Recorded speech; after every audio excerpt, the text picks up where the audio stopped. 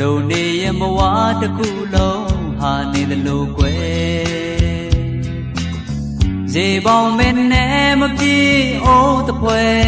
လူဆိုရတယောက်စီမနေနိုင်တဲ့တရားဝါတွေပဲလို့ဆိုစမ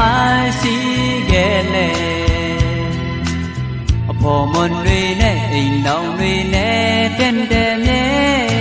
ကိုမာတော့နေတကောင်နဲ့မျက်စိလေတွေ့တာသူတော့ရှိပါတယ်ตาရတဲ့ဘဝတစ်ခုစောက်ရန်ရည်ရွယ်ဒါပေမဲ့မဖြစ်ခဲ့ဘူးကွယ်တစ်ချိန်နေတော့တနေ့ရတော့တစ်စုံတစ်ခုတော့အကြောင်းနဲ့ပြဲသွားမြဲမယုံကြည်နိုင်လောက်အောင်အခြေအနေတွေတိုက်ဆိုင်တော့ကွယ်နောက်တစ်ခါအတွက်လဲမရဲချေရတယ်လက္ခဏာဆရာကပြောတဲ့မေရဲ့နှလုံးသားကြောင်းမှာကြုံခနေတယ်မိမနဲ့ပတ်သက်လာရဲ့အမြဲတမ်းပဲကန်ဆိုးနေမယ်အခမသိရဲ့အချစ်ရဲ့အတွက်ကိုတတောင်ရန်ရှာလိုက်မဲ့မြတ်ကစစ်သမား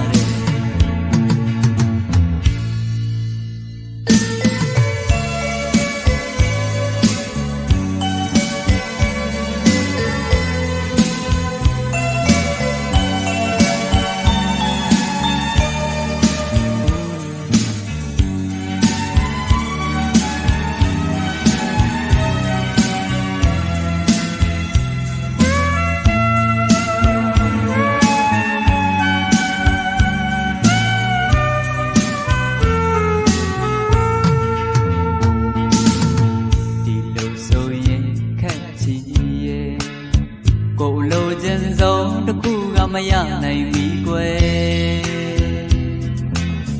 ကျန်နာတွေမထူတော့ဘူးရဲ့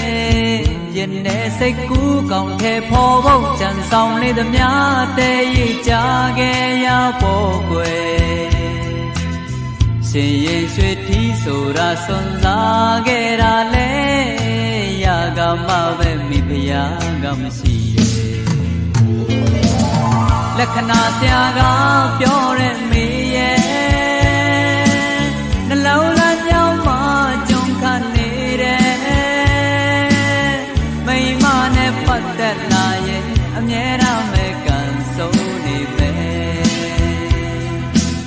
အခမသိ